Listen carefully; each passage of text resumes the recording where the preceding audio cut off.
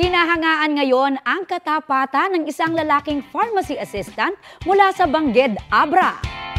Meet 27-year-old John Paul Barcena. Kwento ni John Paul, bibili lang sana siya ng tinapay nang mapansin ang plastic sa harap ng isang eskwelahan.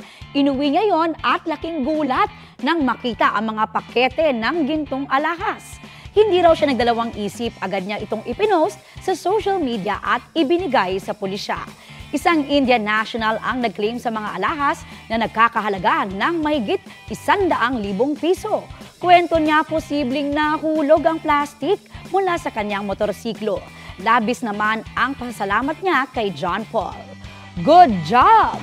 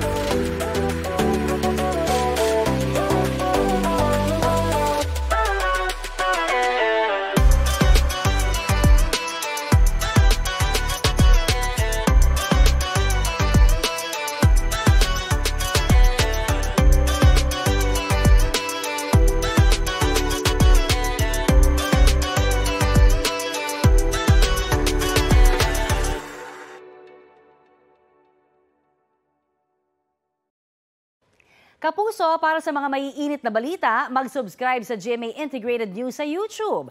Sa mga kapuso naman abroad, subaybayan nyo kami sa GMA Pinoy TV at sa www.gmanews.tv.